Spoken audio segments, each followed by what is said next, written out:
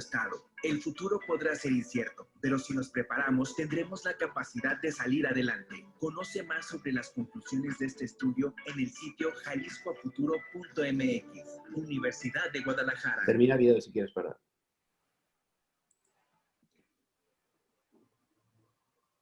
Bienvenidos nuevamente a este webinar semanal que organiza la Universidad de Guadalajara. Yo soy Ibabel Arroyo, voy a ser su anfitriona durante la próxima hora y hoy vamos a hablar de otro de los aspectos impactados por el COVID, esta epidemia que ha modificado nuestra manera de ver el mundo, nuestra manera de relacionarnos, nuestra manera de pensar el futuro.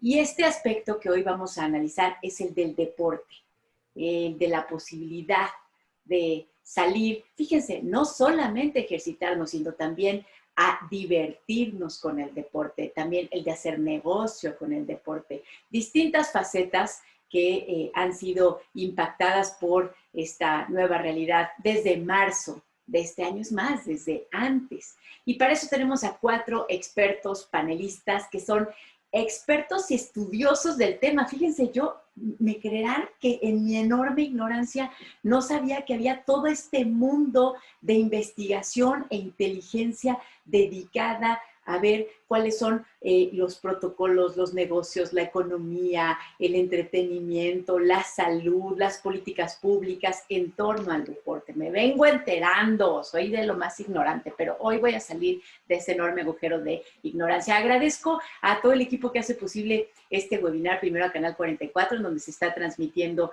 este webinar, también a través de Red Radio Universidad de Guadalajara, y al equipo de la Coordinación General Administrativa, la Coordinación General Académica, el Centro de Estudios Estratégicos y, por supuesto, a la Vicerrectoría Ejecutiva, pero sobre todo a ustedes que nos acompañan cada semana para aprender más sobre las distintas facetas que han sido impactadas por el COVID. Ya saben que además estos webinars se están transmitiendo a través de las redes sociales de la Universidad de Guadalajara, así que por favor, sus preguntas, sus comentarios, sus quejas, sus sugerencias, sus diferendos, háganoslo llegar a través de Twitter, Facebook y YouTube de los canales oficiales de la Universidad de Guadalajara para que en este webinar también les demos voz a ustedes. Al principio vamos a tener los planteamientos generales de nuestros panelistas y después este diálogo en el que también queremos que participen ustedes. Sin más preámbulo, le voy a dar la bienvenida a nuestro primer panelista. Él está en la Universidad de Guadalajara porque además ahora tenemos panelistas en distintas partes del mundo. El primero es el más lejano, el de la Universidad de Guadalajara en Jalisco. Él es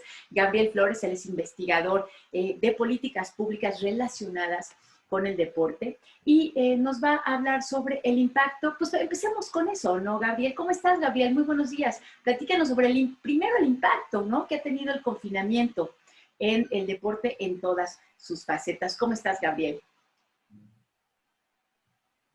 Hola, ¿qué tal? Buenos días. La verdad que un placer y un gusto estar esta mañana con todos ustedes, con todos los televidentes y seguidores de redes sociales de la Universidad de Guadalajara. Muy acertado lo has dicho en organizar este webinar de un tema tan importante como han sido abordados otros temas en la agenda y que merece también mucha atención dada lo que has comentado, el impacto que tiene. Y hablar del deporte, pues algunos pueden magnificar como que únicamente puede ser el pegarle una pelota o lanzar un balón o batear una pelotita, ¿no? El tema del deporte es muy amplio, lo has dicho, quienes estamos implicados en el ámbito de la investigación sobre el tema de las políticas públicas y en el deporte, pues es muy grande. Para poder hablar de cambios sustanciales en el deporte hay que analizar las diferentes perspectivas, puede ser de la económica, de la política, de la social, el tema laboral, el tema jurídico, o sea, podemos aquí tener una gran agenda de trabajo. Pero bueno, lo has dicho y el tema del día de hoy es el tema de la situación del deporte con relación al COVID y cuáles son los retos, ¿no? Y para hablar de este tema, pues tenemos que plantear o hablar de la perspectiva en 3 ámbitos muy grandes. Primero es cómo estaba el deporte hasta el mes de marzo, comienzos de marzo, cuando aquí vienen las suspensiones en la primera quincena. Cómo estaba el deporte durante la pandemia y finalmente cuáles son los retos, como dice el eslogan, que está en juego, ¿no? Cómo vamos a visualizar el deporte dentro de unos 5 años, cómo se va a visualizar la situación actual, y eso es lo que tenemos que comentar, ¿no?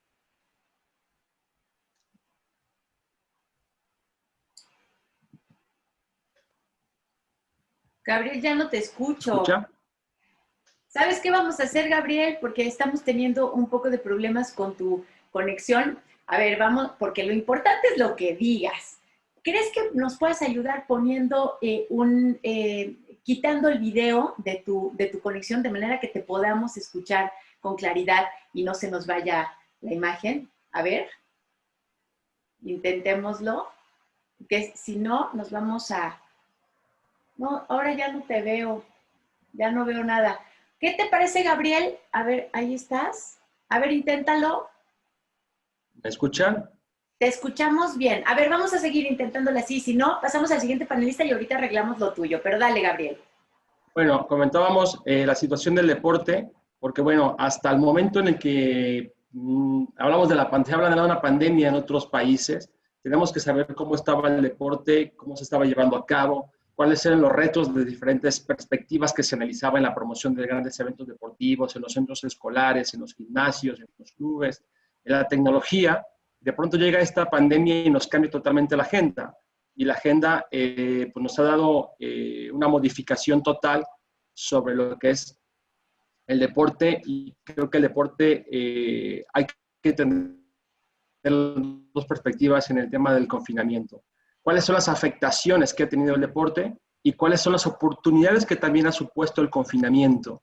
Por un lado, hemos escuchado en lo primero cómo se han suspendido grandes eventos deportivos, acontecimientos que ya estaban en la agenda, los Juegos Olímpicos de Tokio, grandes eventos como el Preolímpico aquí en Guadalajara de fútbol, que iba a ser clasificatorio, la Copa Leones Negros también, que se juega aquí cada año, y otro tipo de eventos que se han suspendido y que de pronto pues, es lo que solemos escuchar todos los días y es lo que nos conlleva a saber que estamos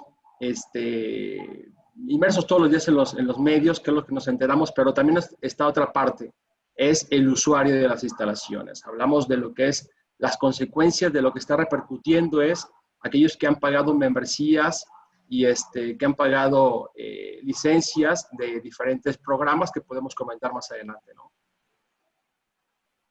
Bueno, muy bien, pues entonces muchas gracias, Gabriel, por este primer panorama. Ahorita regresamos contigo y vamos a darle la palabra. Ahora vámonos hasta, ¿dónde nos vamos? Hasta España. En España está, no, perdón, no nos vamos a ir a España. Primero quedémonos aquí en el continente y vámonos a Colombia. En Colombia está Viviana Giraldo. Viviana, ahorita me dice si dije bien tu apellido. Ella, fíjense, ella es ingeniero química, pero es investigadora en el Instituto Universitario de Educación Física y Deporte en Antioquia, en Colombia. Y ella nos va a hablar, un poco partiendo a lo que nos acaba de platicar Gabriel, de bueno, y entonces, ¿cómo le estamos haciendo con todo esto que se suspendió?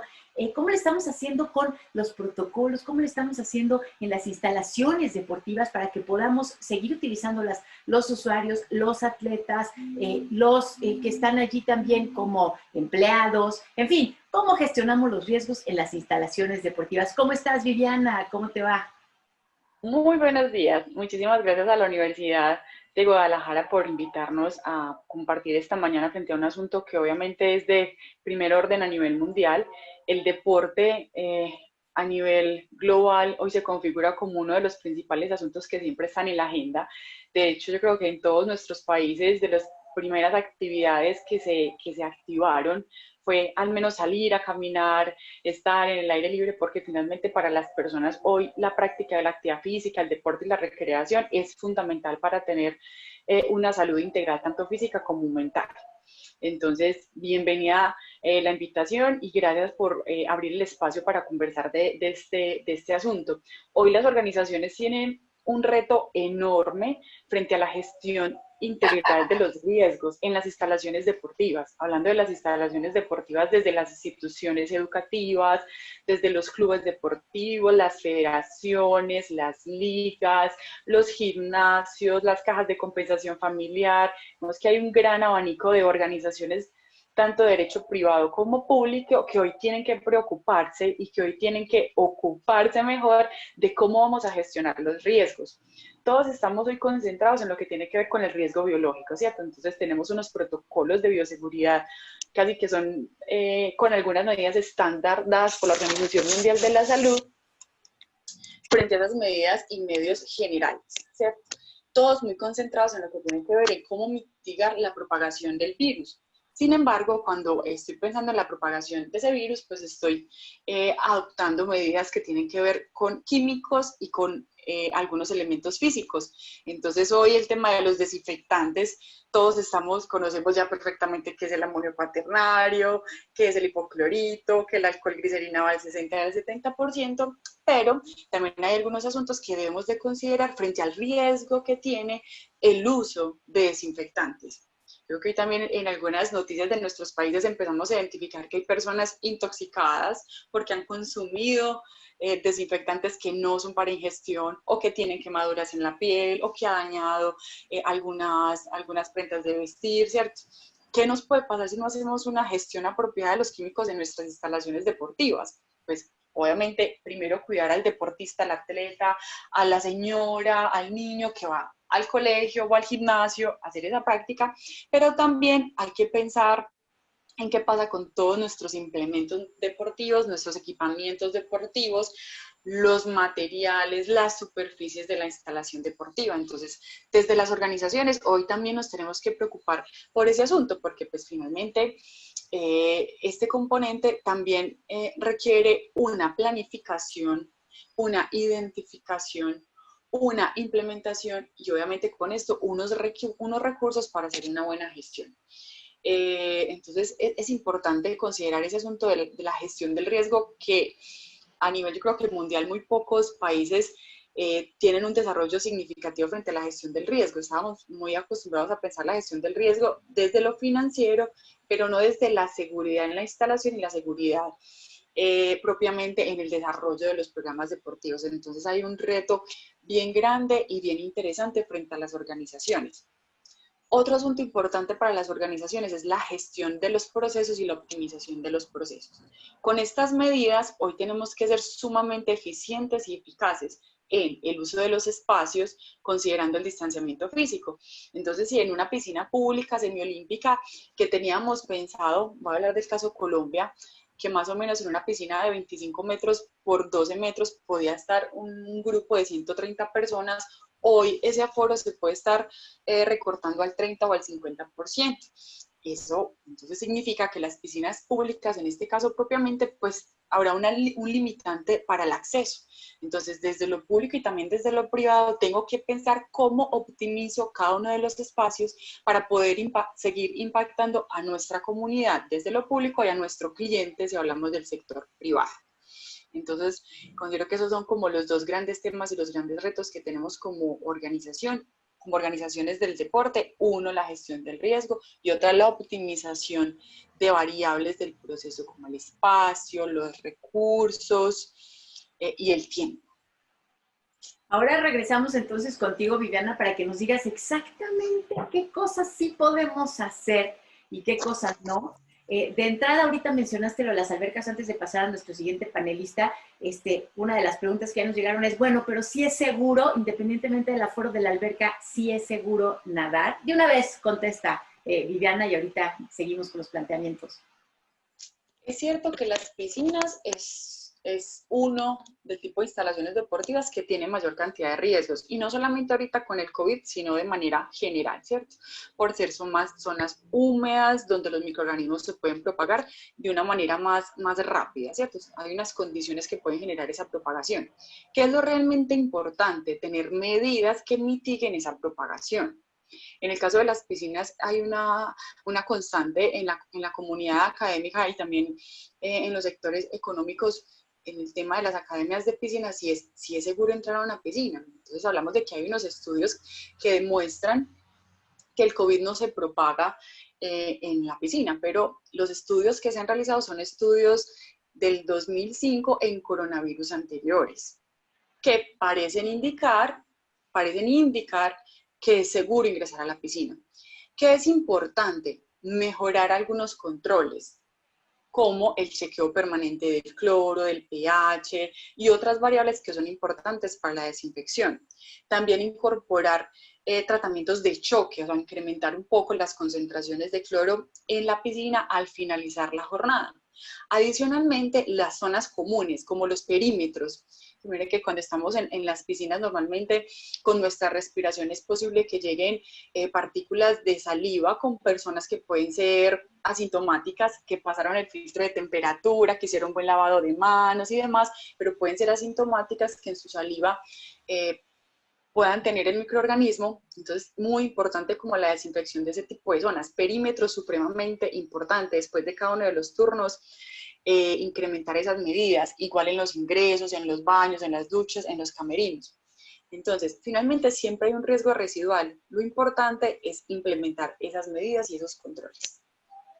Gracias, Viviana. Ustedes dirán, bueno, ¿y por qué le hacen también esa pregunta? No solamente porque todos queremos saber si se puede ir a nadar, sino porque además a mí me da mucha curiosidad porque les voy a decir un detalle también de Viviana, y es que ella fue o es seleccionada, ahorita me dice si fuiste o eres seleccionada de hockey subacuático, entonces además de ser ingeniero química, se la pasa en eso, en las albercas.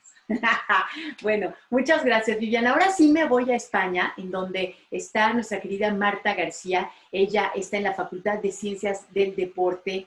Ya no puse en dónde. Ahorita nos dices en dónde, en España, en qué ciudad. Me parece que estaba en Asturias. Ahorita me corriges. No, ahorita tú dices dónde. Bueno, ¿cómo estás, Marta? Es más abajo, ¿verdad? ¿Cómo estás, Marta? Dinos desde dónde nos saludas y platícanos cómo les ha impactado en España el confinamiento. Imagino que en todas partes del mundo el problema con el deporte ha de ser muy similar, independientemente incluso de nuestros niveles de desarrollo, me imagino. Pero platícanos tú, Marta. Buenas tardes desde España y buenos días desde el otro lado hermano, desde Latinoamérica. Y muchísimas gracias por la invitación a la universidad. Y saludos no solo a la estupenda presentadora, moderadora que tenemos, sino a mis compañeros de plantel. Y como decía mi compañero Gabriel, pues es muy acertado la temática que estamos abordando, puesto que el deporte nos acompaña en nuestra vida, en nuestra vida, no solo en un país, en otro, sino en todos. Y atendiendo a las preguntas que me requerías, Ibabel, sobre todo indicar, mi universidad, la Universidad Pablo Olavide, está en el sur, en Sevilla, en Andalucía. Así que desde aquí estamos trabajando y yo creo que desde todas las partes del mundo estamos intentando trabajar juntos para ver cómo vencemos y nos ayudamos con este nuevo pasajero que se llama COVID-19 y tenemos una nueva realidad. Y en esta nueva realidad tenemos que trabajar de nuevas formas y, por tanto, en el deporte yo creo que se ha puesto las pilas a todos los niveles porque durante el tiempo de la pandemia se han estado desarrollando, yo creo que en España fuimos uno de los primeros que activamos el deporte profesional y lo que sí hemos visto es que no ha ayudado tanto al deporte no profesional, en este caso, que ese es el que la mayoría de las personas realizamos. Por tanto, ¿cómo vamos a armonizar estos derechos fundamentales de la salud, la economía, la salud mental, también no solo física, sino el derecho a la práctica deportiva, pero en condiciones seguras?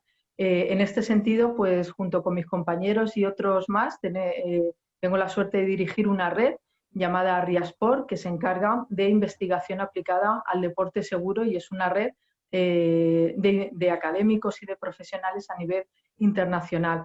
Ya teníamos claro que tenemos una pandemia previa, que era el sedentarismo y todos los riesgos asociados como patologías, obesidad, enfermedades cardíacas, y que ahora tenemos un añadido. Por tanto, si antes teníamos problemas para afrontar este reto, ahora tenemos doble reto. Por eso, como comentaban mis anteriores compañeros, es importante saber cómo afecta a los gerentes, gestores, entrenadores este nuevo reto. Por tanto, es muy importante la información, la organización de esos protocolos, de esos riesgos, qué medidas y sobre todo tener información unánime. Esto es a lo que conocemos la gestión deportiva, que es otro de los ámbitos dentro del deporte.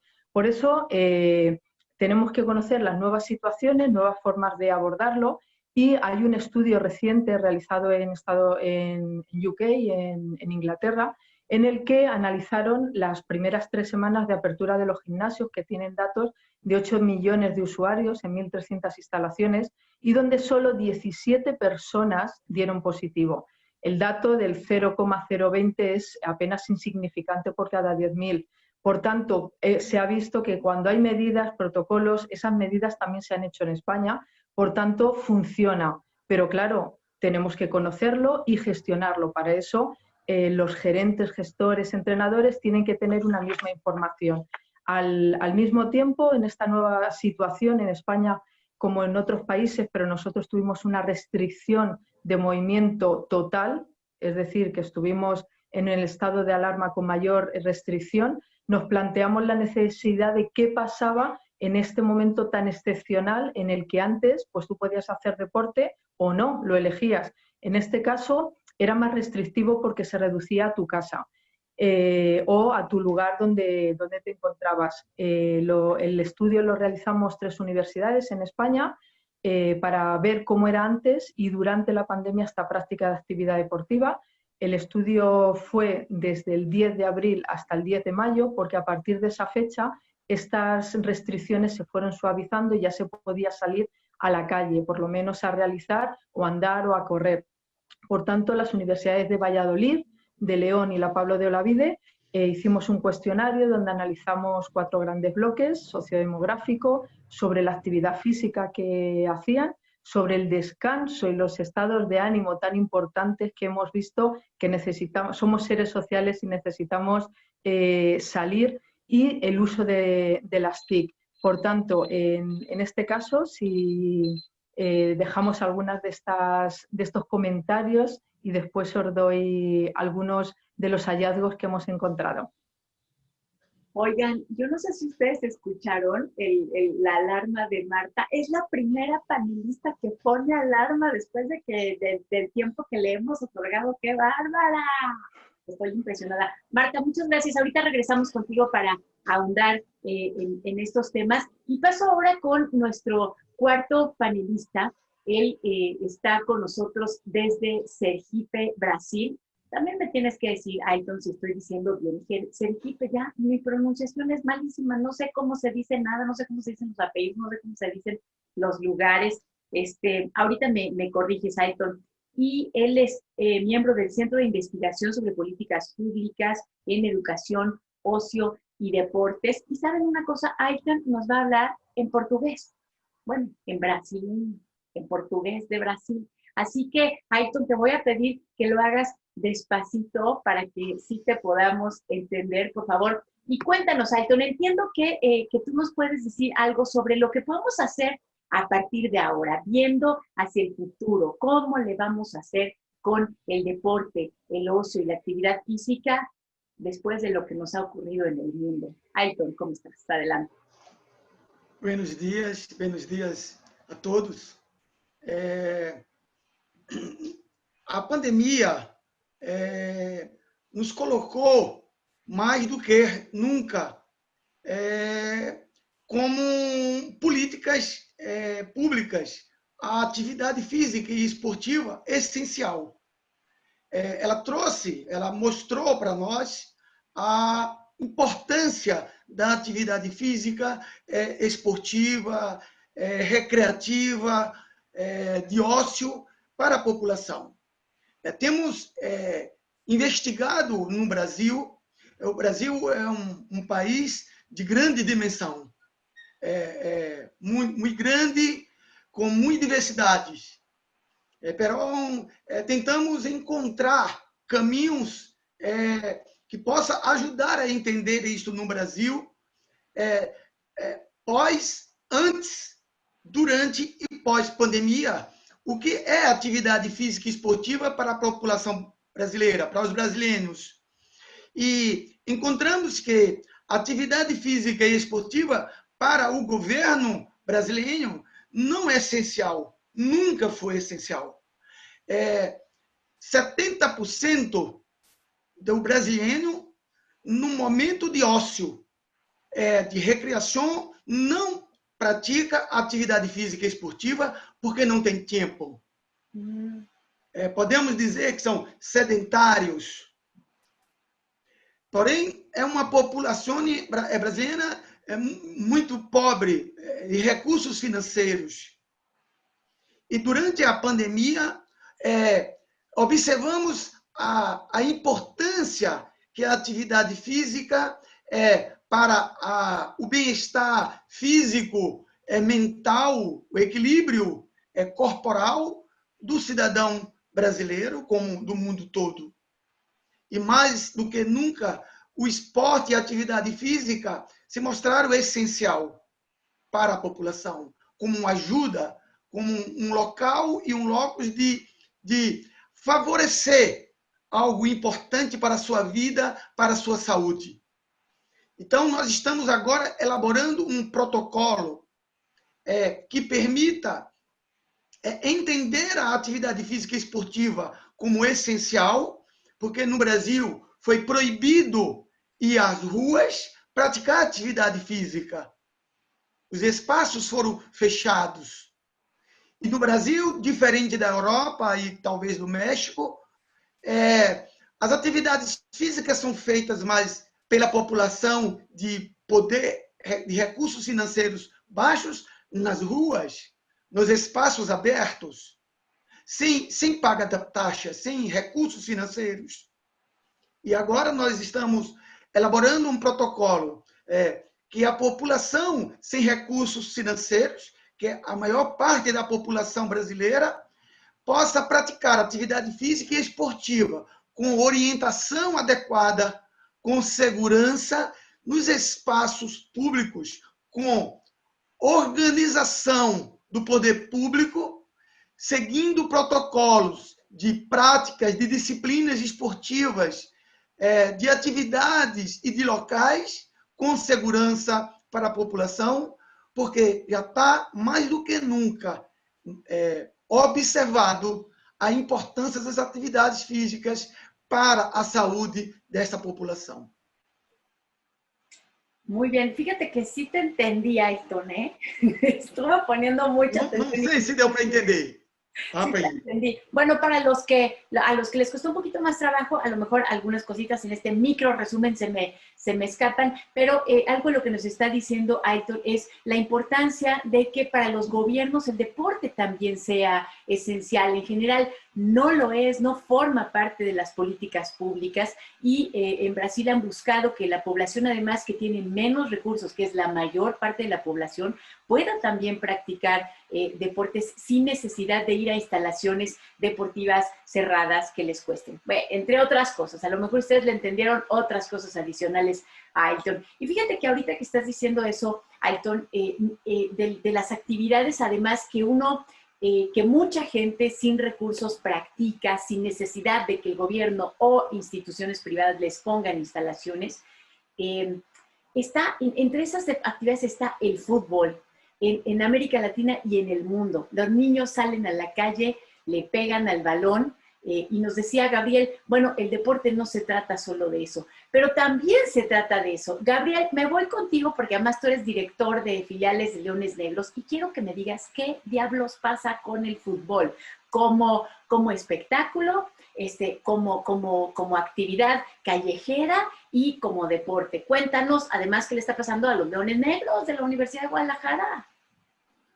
Bueno, el tema del fútbol, tú lo has dicho, y pasa en todas las disciplinas deportivas, se han tenido que detener. Los niños que están en diferentes centros de iniciación deportiva, el baloncesto, de natación, de deportes de conjunto, deporte individual, pues han sentido este rezago del confinamiento. Y claro que también se impacta psicológicamente en las personas, desánimo, ansiedad, preocupación, estrés, porque pues no llevan a cabo lo que les gusta, ¿no? Ya es un patrón que llevan martes y jueves, lunes y miércoles, en algunos casos tienen ligas deportivas, entonces eso merma, claro, el entusiasmo y lo veremos más adelante, cómo impacta en el tema de salud, también es importante resaltarlo, porque no nomás es decir, pues ya pararon y ya, hay que dimensionarlo, cuántas personas que suelen hacer ejercicio todos los días pues han visto mermadas esta oportunidad. Entonces, en el caso de Leones Negros, pues claro es que los diferentes filiales que tiene la organización pues están detenidas.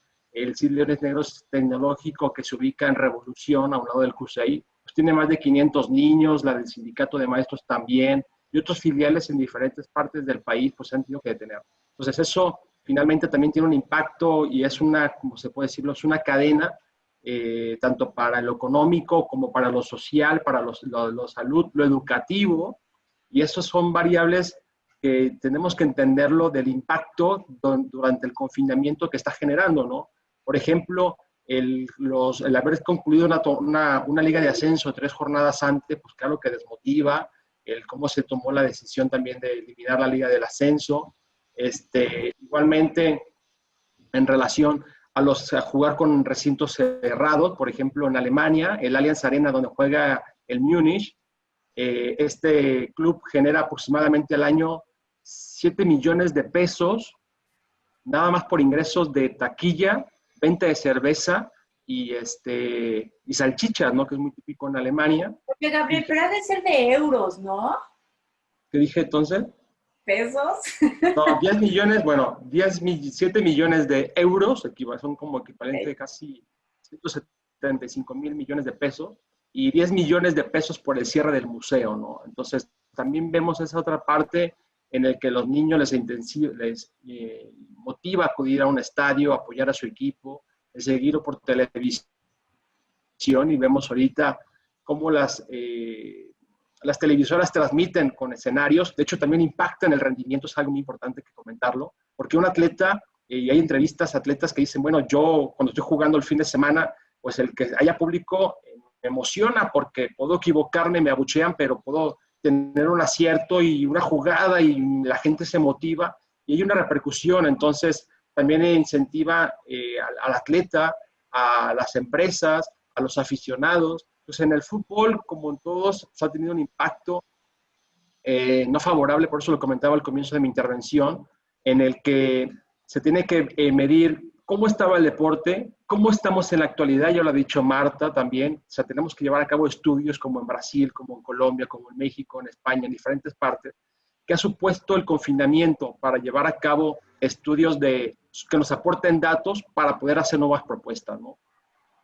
Y ahorita mencionaste, Gabriel, el tema de los atletas. Me regreso con Ayrton porque creo que nos puede hablar un poco también de lo que ha pasado con los atletas profesionales, aquellos que se estuvieron preparando para las Olimpiadas. Es decir, no solamente se reduce el entusiasmo de aquel que puede tener un público que lo aplauda, sino creo que se cortan ciclos, Ayrton.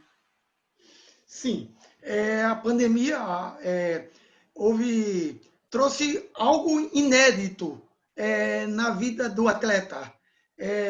Não se tem ideia de um ciclo olímpico de treinamento que é pensado a cada 4 anos, ser quebrado, ser paralisado no meio desse ciclo, e sem expectativa. Quando é que vai ser os jogos? Não sabemos. A probabilidade é que agosto não será. Não poderá ser agosto ainda. Portanto, o treinamento deste atleta gerou ansiedade muito grande nos atletas em sua casa. O tipo de treino em casa para o alto rendimento não é suficiente. Alguns atletas adquiriram o Covid, pegaram o Covid, foram infectados. E isso traz consequências biológicas para o treinamento, sequelas em alguns atletas, que permitiu essa ansiedade de eu terei condições de estar no auge da minha forma física, da minha habilidade motora, da minha expertise nos jogos. Isso hoje é uma dúvida pelo ciclo olímpico que foi quebrado. Então, hoje é uma dúvida muito grande entre os atletas sobre... É claro que para outros que estavam lesionados, tiveram tempo de se recuperar. Outra questão alguns atletas já passaram pelo processo de seleção, já estão classificados para os Jogos Olímpicos. Muitos outros ainda não. Dentro deste ano, tem que fazer uma seletiva, participar de uma competição seletiva. Isso dará tempo para que eles passem. Então, tudo isso tem gerado, tem desenvolvido problemas na definição do atleta de alto rendimento.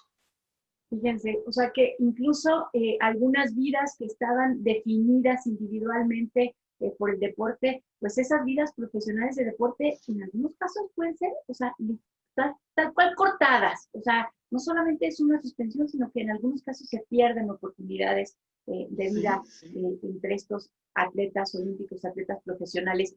¿Quieres decir algo sobre esto mismo, Viviana? Adelante. Sí, quería aprovechar tocar como el tema también con la pregunta que me hiciste sobre si aún soy atleta. Entonces les quería contar un poco como la experiencia que hemos tenido. Yo estoy haciendo mi 7º proceso de selección Colombia de hockey subacuático. Nosotros en este momento somos terceras del mundo y nos preparábamos, pues en lo personal, para el 7º mundial en Australia, que estaba programado para julio de este año. ¿Qué ha pasado como atletas? Pues que nos ha tocado buscar otras posibilidades de entrenamiento, incluso algunas. De hecho, yo personalmente estaba haciendo mi último proceso en categoría élite. La categoría élite es como el máximo nivel competitivo, pero por edad ya puedo jugar máster. Entonces, este era mi último proceso élite. Entonces, por ejemplo, yo estoy pensando qué hacer. O sea, si espero otro año, porque finalmente hay una fecha tentativa, pero no sabemos qué va a pasar. Entonces, quería como responderte la pregunta y poner como ejemplo en lo personal cómo se está viviendo, ¿cierto? O sea, desde casa lo estamos haciendo, pero es cierto que hay procesos que hoy están truncados y posiblemente deportistas digamos, que terminen su proyecto de vida en el componente deportivo por la pandemia. Claro, que ya tú estás viendo si regresas, qué lo haces, cuáles son las alternativas, pero habrá alguien que ya no regrese y eso es tristísimo. Marta, sobre esto tienes tú algo de información sobre la posibilidad de hacer ejercicio en casa, o sea, de la gente que no son los atletas profesionales, que ya no tienen gimnasio y que han decidido hacer ejercicio con entrenadores por Zoom. Incluso, fíjense, en la Universidad de Guadalajara, creo que los Leones Negros, el entrenador de los Leones Negros, hacía unos videos para que la gente al principio pudiera hacer ejercicio en casa. ¿Sobre esto tienes algo, Marta? ¿Sabes algo de esto? Todavía no te oímos, Marta. Ahora sí. ¿Ahora sí? Sí. Ajá, Perdonar que no active el audio. Sobre esta cuestión, la verdad es que tenemos que tener cuidado y tenemos que advertir a la población, porque hubo este boom de enseguida, pues muchos bloggers, muchos influencers, muchas personas se lanzaron a, no lo digo por Leones Negros, sino que lo digo a nivel general mundial, y tenemos que enseñar a la población de que hay profesionales que nos preparamos para eso, que en España se llama graduados y los antiguos licenciados en Ciencias de la Actividad Física y del Deporte, y que en este caso son los únicos cualificados para prescribir ejercicio. ¿Qué significa? Que esta prescripción de ejercicio no la puede hacer cualquiera. Los médicos no hacen prescripción de ejercicio, sino que tiene que ser un trabajo multidisciplinar en la que el médico te dice que tienes que hacer un tipo de ejercicio, pero no te dice qué tipo de ejercicio es el que te recomendaría para ti. Los fisios tienen otra capacidad aquí y en cualquier parte del mundo, y nosotros nos dedicamos a la prescripción del ejercicio que tú necesitas. El que el médico te diga nada, corre, pero ¿qué tipo? ¿Cuál es tu dosis? Nosotros nos dedicamos a darte la dosis que tú necesitas, igual que el médico te da la dosis de la medicina. En este caso, por eso hay que acudir a los colegios profesionales para que exijas tú también como usuario, oye, usted está colegiado, porque si no está colegiado, usted no tiene el reconocimiento de que ha pasado por esa formación adecuada. Es igual que al médico. No vamos al médico y nos vamos a cualquier curandero a que nos haga una cirugía a corazón abierto. Pues en este caso igual, y es lo que se ha despertado, como decían mis compañeros anteriormente, que se necesitan los profesionales, han alzado la voz, somos necesarios y por tanto necesarios en estas políticas públicas. Y si tengo un poquito de tiempo, te digo datos del estudio que hemos realizado en este sentido en España, donde participaron 1.046 personas, 48% hombres género masculino y 52 femenino, y en este caso se tuvo un gran reto, puesto que el 70% vivían en pisos. ¿Qué significa? Que no todos tenían grandes dimensiones, por tanto esa actividad física que me preguntabas ha supuesto un reto. En esa actividad física que aquí la mayoría de la población, mucho, casi un 40%, lo hacía al aire libre, pasó a hacer actividades gimnásticas en casa, en lugares reducidos, teniendo en cuenta que estaban niños o más núcleo familiar como abuelos y otros familiares. Se duplica, que ese es el problema. Esta pandemia además ha duplicado la no actividad física.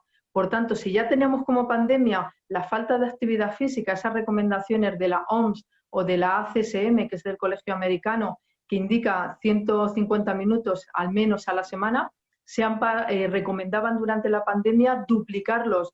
Bueno, pues nosotros en España hemos encontrado que se reducía muchísimo. Y sobre todo, algo importante, el descanso y el estado de ánimo. Se pasó a dormir 1 hora más, de 7 a 8 horas, pero la calidad buena regular pasó a ser mala o muy, muy mala. Por tanto, claro que se necesita la actividad física, hay estudios que lo indican, y sobre todo que aumenta el sistema inmunológico. Así que tenemos que estar ahí los profesionales. Lo que acabas de decir, Marta, es muy importante, porque además empezaste con el tema de no tenemos conciencia sobre los profesionales del deporte y creemos que es una cosa de ponernos a brincar. Eso tiene que ver un poco con lo que nos había dicho Ailton sobre la ausencia de importancia que le dan los gobiernos, pero también la sociedad. Ailton, ¿nos puedes decir un poco más sobre este problema del sedentarismo, que lo acaba también de mencionar Marta, como una pandemia que vivíamos desde antes del COVID? Sim, isso é uma preocupação também de investigação do nosso grupo de pesquisas aqui na Universidade Federal de Sergipe. Nós coordenamos um estudo a nível de Brasil com uma pesquisa que investigou mais de 80 mil brasileiros. E em Sergipe, especialmente, nós fizemos quase em todo o estado para entender o sedentarismo, quais os motivos que as pessoas não estão fazendo atividade física. Porque, às vezes, pensa que é falta de um espaço, de uma infraestrutura, de uma instalação. Porém, nós observamos que não é isto. No Brasil, o problema está um número muito grande de jovens que abandonam a prática esportiva e a atividade física para entrar no mundo do trabalho. Por família, porque casam e têm que constituir um trabalho para sobreviver.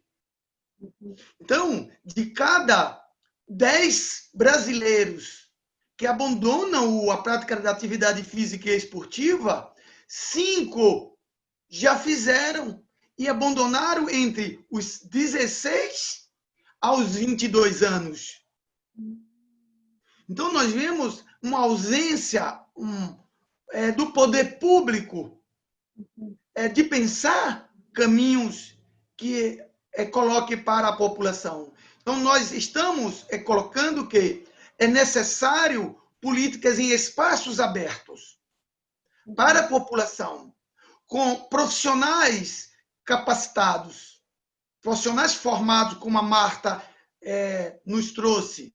Aqui no Brasil também só pode indicar atividade física um professor de educação física. O que ofereça à população nas suas diversidades de necessidades. Nós temos um abandono muito grande aos discapacitados para a prática de atividade física e esportiva. Nós precisamos pensar o outro como um ser humano, não como um ser biológico. Nos nossos estudos, nós não levamos em consideração o deslocamento para o trabalho de bicicleta, por exemplo, isso é para o trabalho, isso não é para a vida dele. É o que se torna humano, o que humaniza no seu tempo livre, no seu tempo de ócio, no seu tempo de recreação. Então, é qualificar e democratizar o acesso para a população às práticas esportivas. É essa a nossa luta aqui no Brasil.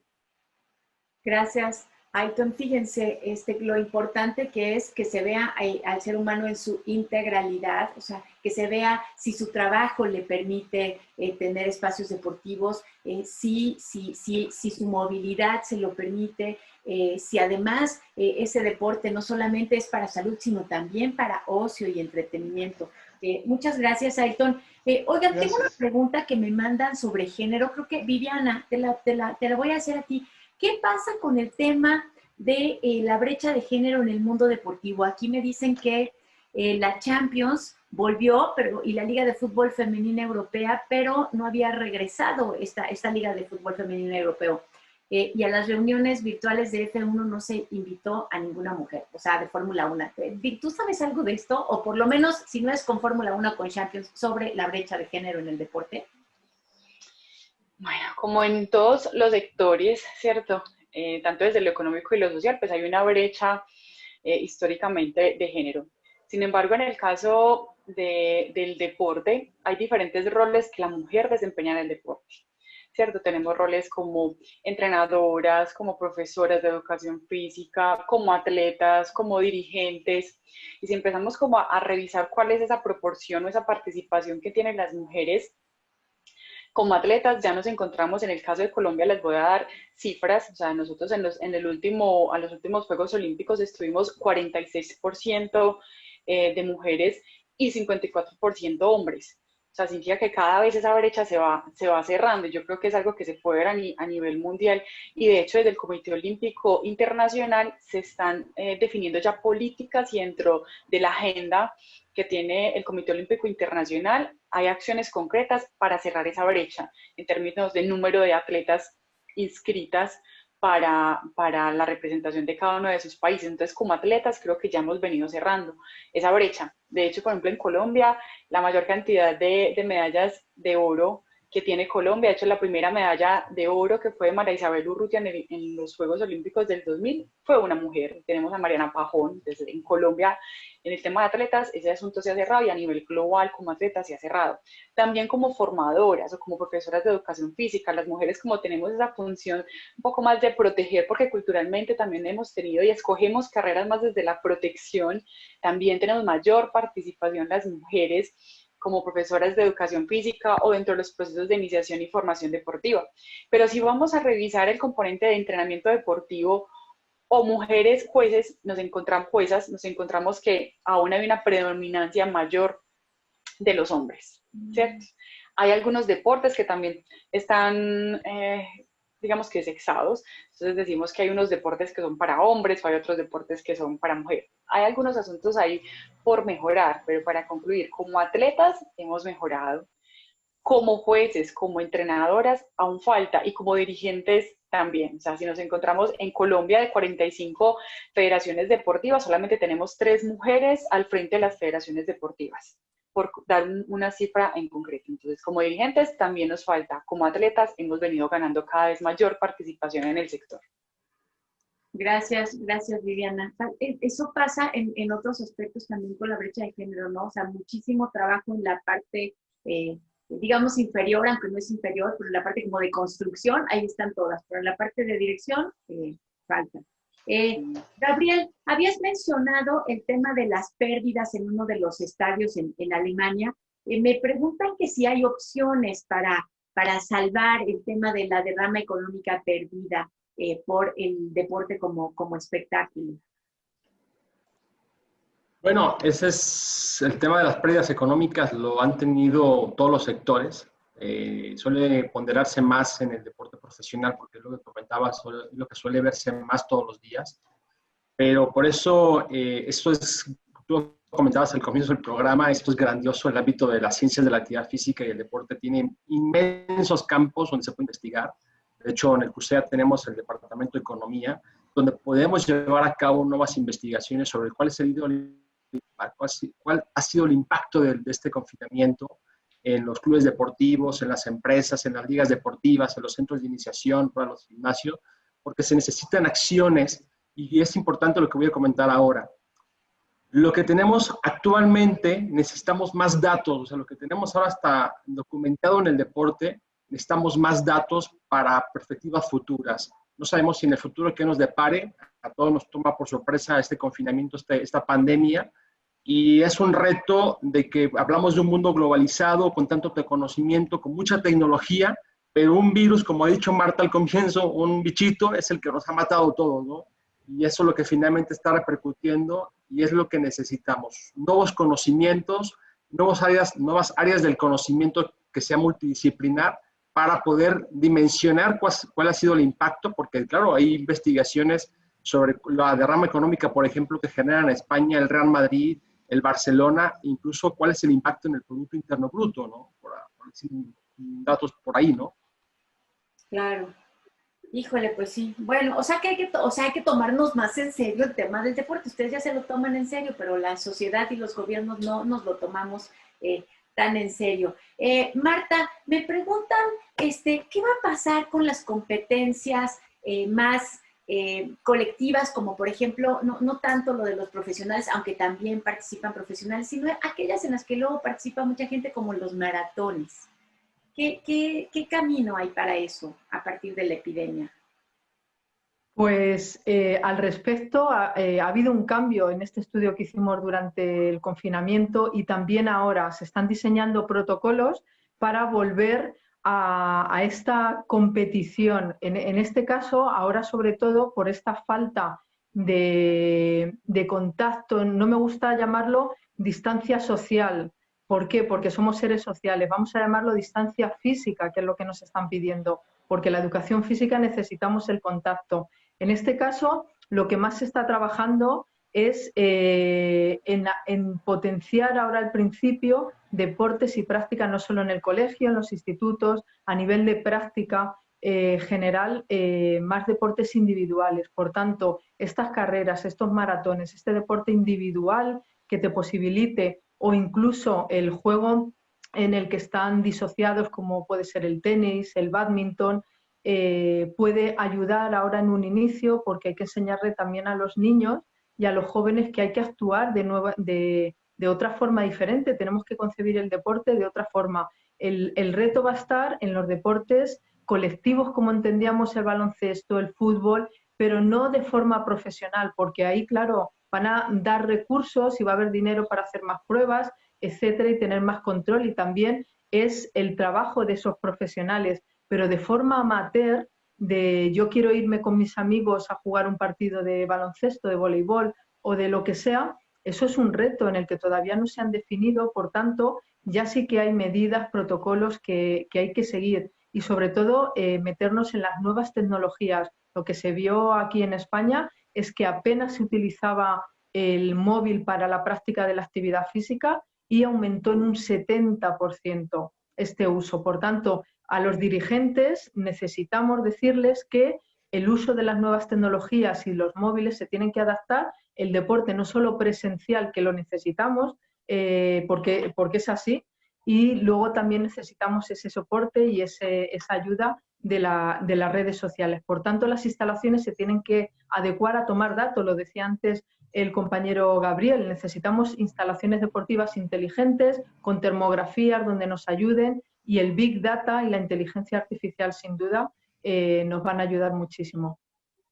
Gracias, Marta. Fíjense, hemos estado hablando de la importancia de que los gobiernos pongan atención en esto, de que los gestores del deporte, la parte que tiene que ver con las escuelas. Por cierto, no, sobre las escuelas no hemos dicho nada. Ay, brevemente, ¿quién me quiere decir algo sobre la educación física en las escuelas como una de las asignaturas? ¿Quién? Gabriel. Bueno, ya no supe. Gabriel primero, brevemente. Bueno, el gran reto de la asignatura en la educación física, pues bueno, Viviana lleva muy bien ese tema, lo trabaja mucho en Colombia, ella te puede dar un punto de vista muy acertado, Marta también, pero claro, en el tema de la educación física, los centros opinados sobre el tema del material, los temas de que no se pueden volver a utilizar en la clase los mismos materiales, llevar a cabo sesiones con grupos reducidos, no muy grandes, lo ha hecho también el Centro de Prevención de Enfermedades de Estados Unidos, lo han llevado a cabo aquí también, por ejemplo, los protocolos que ha emitido el gobierno del estado de Jalisco en el ámbito del deporte, pues también están ahí. Hay diferentes manuales que es importante también consultarlos para orientar a la población, ¿no? Marta, ¿algo al respecto brevemente? Sí, sobre todo desde el Colegio Profesional de Educación Física aquí en España y también en colaboración con otros grupos de investigación han desarrollado manuales y póster, infografía, sobre todo infografía, porque los manuales de muchísimas páginas no nos interesan. Necesitamos un golpe de vista donde tengamos que realizar pues esa actividad y que haya protocolos que nos ayuden a realizarla, que ya están, y necesitamos comunicación y trabajo multidisciplinar. Ahora hay que trabajar de una nueva forma. Claro. Viviana, ¿alguna sugerencia al respecto? Adicional a lo que mencionan mis compañeros, hay un asunto que es muy clave y es todo lo que tiene que ver con la pedagogía, la didáctica y la pedagogía que deben tener ahora nuestros formadores. Digamos que las medidas y medios de seguridad son muy generales a lo que ya está establecido, pero acá hay un componente bien importante para esos procesos de enseñanza-aprendizaje, donde los formadores, donde los profesores de educación física y donde esos profesores que están en la escuela deben de repensarse esas metodologías, que bien deberán combinar la presencialidad con la virtualidad, como bien también lo acaba de mencionar Marta. Claro, porque además ahorita no están yendo los niños a las escuelas y no lo hemos contemplado. Ailton, ¿tienes alguna sugerencia para las familias, es decir, para los niños y los padres de familia, ahora que los niños están en casa y no van a la escuela ni tienen capacidad para tener un entrenador? Sim, sim. A pandemia possibilitou desenrolo de muita informação científica, novas metodologias, como a Viviane colocou. E aqui nós estamos elaborando, como a Marta falou, informativos pequenos, cartazes pequenos, cards pequenos, pequenos filmes, pequenos vídeos de yoga, meditação, Tai Chi Chuan, atividades de ginásticas localizadas, atividades de baixo impacto, que produzam equilíbrio mental, espiritual e movimento um pouco o corpo, recreativo, com jogos de salão, jogos manuais, e orientando isso através de cartilhas e vídeos para os niños. Y siempre cuidando, como decía Marta, que quienes estén impartiendo esas clases sean profesionales, ¿no? Para que no estemos viendo de pronto algún bloguero, no por desestimar a los blogueros, hay algunos buenísimos que seguramente sabrán lo que están haciendo, pero hay muchos que no saben lo que están haciendo y además como no tenemos contacto con ellos pueden estarnos recomendando un deporte que no sea el adecuado para nosotros. Oigan, ya se nos acabó el tiempo, yo quería todavía que nos dieran más recomendaciones, ya abran sus micrófonos todos para despedirnos. Muchas gracias por habernos acompañado. Ailton, nunca me dijiste cómo se decía Sergipe, nada más que te tengo que reclamar eso. É Sergipe mesmo, o nome é Sergipe. Sergipe. Do Nordeste do Brasil. Muchas gracias. Umas praias lindísimas.